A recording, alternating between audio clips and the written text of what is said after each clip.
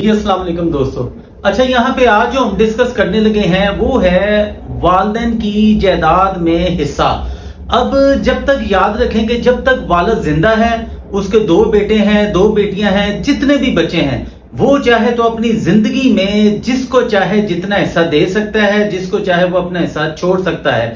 جب ایک والد کی ڈیتھ ہو جاتی ہے تو اس میں یاد رکھیں کہ بیٹے کے 2 حصے ہوں گے، بیٹی کا 1 حصہ ہوگا. مثال کے طور پر ایک بندہ ہے جس کی 3 کروڑ جائیداد ہے، اس کے 4 بچے ہیں جس میں سے 2 بیٹے ہیں، 2 بیٹیاں ہیں. اب 3 کروڑ حصہ ہے تو 2 حصوں میں سے 1 کروڑ بیٹوں کا ہوگا.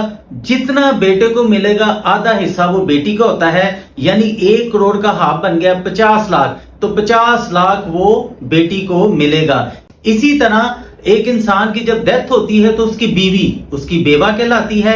بیوہ کا according to Quran, according to law 1/8 حصہ ہوتا ہے.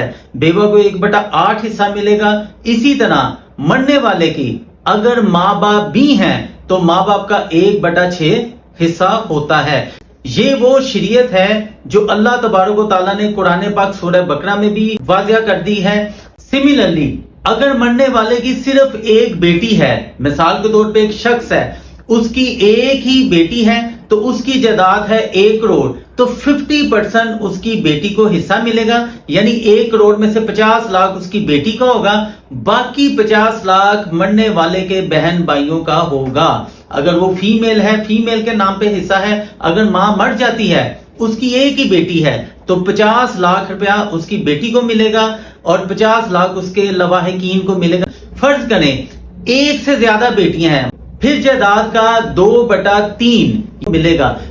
یہ وہ حصے ہیں جو کہ ہمارا قرآن پاک اور ہماری شریعت اور ہماری کانسٹیٹیوشن آف پاکستان مقرر کرتا ہے. سمپل سا یہ ہے، اس میں سے بیٹے کے 2 حصے، بیٹی کا 1 حصہ، بیوہ کا 1/8.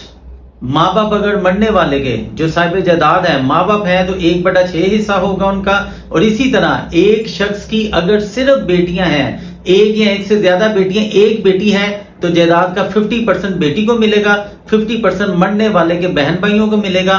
1 سے زیادہ بیٹی ہے تو 2/3 یعنی کہ 2 حصے بیٹیوں کو ملیں گے، 1 حصہ اس کے بہن بھائیوں کو ملے گا. Thank you very much.